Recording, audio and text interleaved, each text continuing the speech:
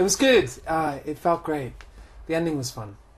So you kind of... That was the longest confetti cannon stuff I've ever seen in my life. Because they came in early and I was like, oh shit, they're going to run out. And they just kept on going. Yeah, monstrous. Brilliant. So you're kind of on tour, but you're about to start a major UK tour, is that right? I'm on tour. As far as whether the gig is small or big, to me it's the same deal. So I'm on proper tour. I'm doing smaller venues though right now, and then I'm going to do bigger venues in May, and then even bigger ones after that. So it's fun. It's full steam ahead now. What do you love most about touring? What's your favourite part? It's bringing the whole kind of the record to life, you know, as a body of work, and really kind of making it feel like a show. I think any good show, no matter what it is, if it's, you know, a rock show, a pop show, whatever the hell, you know, it's got to have a kind of an ebb and flow to it. And I can kind of have a lot of fun with what I do live because my music is conducive to that. So we've got silly people dressed up as characters and confetti cannons and the biggest glitter balls in Europe, and it's fun and I have a great time. The best part of it is, though, that I just kind of like to communicate my music and my songs and my take on things directly to people who listen to my music. So that's the most rewarding bit of it. There's no one in between. There's no hi-fi in between. Are you a showman on stage, would you say? Am I a showman? Am I a show-off? Yeah. It's funny because people go, oh, do you always want to be a pop star? And I'm like, no, never wanted to be. I still don't. It's weird because in my personal life, like in my life sitting on the couch, like doing nothing, I really don't want anything. Yeah, I kind of hate everything that's happening, but as soon as I get on stage, I want to have as big a crowd as I possibly can, and I want to kind of pull as many tricks as I possibly can in every way, whether it's vocally or musically or just kind of like, you know, gimmick-wise with confetti cannons that last for about 20 minutes. So I am a bit of a show-off. I hate that word showman. That makes me think of some kind of, you know, scary Bobby Darin has-been moment in Las Vegas somewhere. I hate that. Or just fat Elvis. Not necessarily. Showman can be good. What can people expect from Mika's show, if you haven't been before? It's all about the music at the end of the day. It's really all about the music, and the record really comes to life live. I had a hard time translating it, though. I had to find the right band. I had to find a guitarist that could sing high enough to back me up, which I managed to do. Somewhere in the middle of Scotland, 2 days before we actually were supposed to start rehearsals, I'd managed to find my guitarist, Martin. But, you know, because the record sounds so big, I needed to kind of be able to pull that off live, and I really think it works now. Things sound even bigger and even louder and a little bit more aggressive, a little bit faster. And it's more about me, and it's more about just kind of my take on things and my communication of the songs, which at the end of the day is really the fun part, you know? Because I write sitting alone at the piano, and it's kind of going right back to the way that I write. When I write, I kind of get myself up into a frenzy, and I just kind of go for it at the piano. And that's exactly what I do when I play live. It's just there's a few more people watching. What kind of responses have you been getting from the audience? It's been really good. The response has been really good.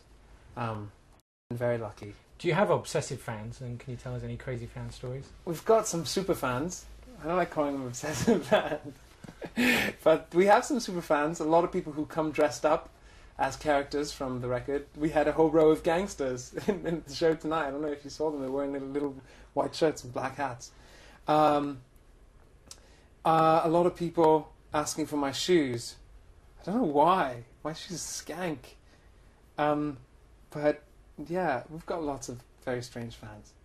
So you've had amazing success. They're brilliant, though. I like them. I like them. I like the weirder the better. Bring it on. You've had amazing success on the internet and using the internet. Can you tell us a little bit about that and how you approach that and how that's kind of worked for you? The internet's been really important. I mean, in a way I broke through the internet, but I also managed to break myself live as well. I went on tour. I did a whole regional UK tour without having put out a proper single. Most artists don't really get the luxury of doing that, but people were showing up to those shows, and some of them were completely sold out simply because of, you know, the word was spreading online and online communities and through my website as well. So I've really benefited from that. I was born, you know, I had a show set up. My first ever show in London was set up at the Borderline.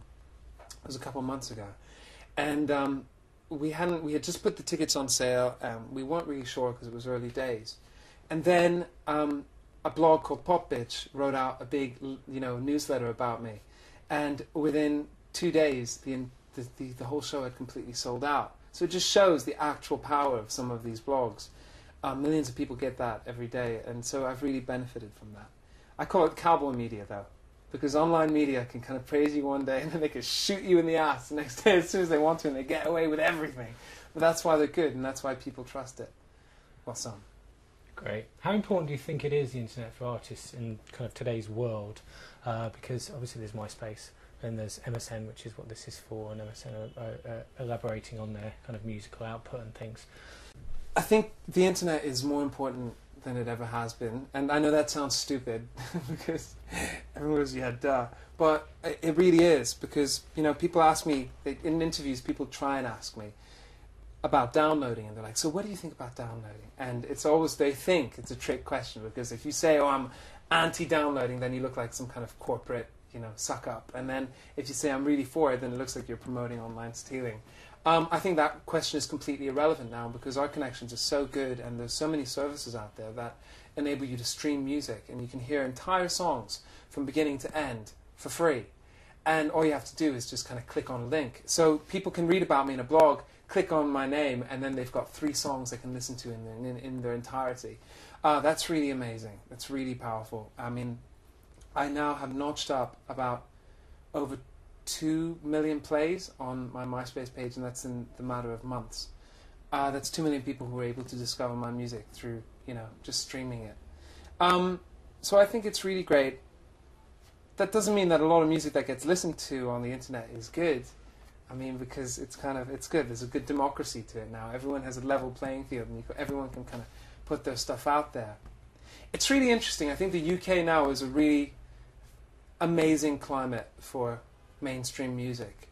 And when I say mainstream music, I mean everything from like the Guillemots to the Kooks to Lily Allen to that girl who won X Factor. Her name is Leona Lewis. Leona. That's that girl who won X Factor, Leona. Because, you know, over the past few years, we had a top 40 that was very misrepresentative of what people were really into, because people were downloading music that just wasn't getting accounted for. Often, download sites were so bad that, you know, it was so much easier to steal music. But now that the UK chart is taking in stuff that gets downloaded, we've got a UK top 40 that is much more representative of what people are actually into. I think that's really exciting, because you've got a top 10 that ranges from the Kooks to Lily Allen to Leona Lewis to me, and it just kind of, it's so much more fun, you know?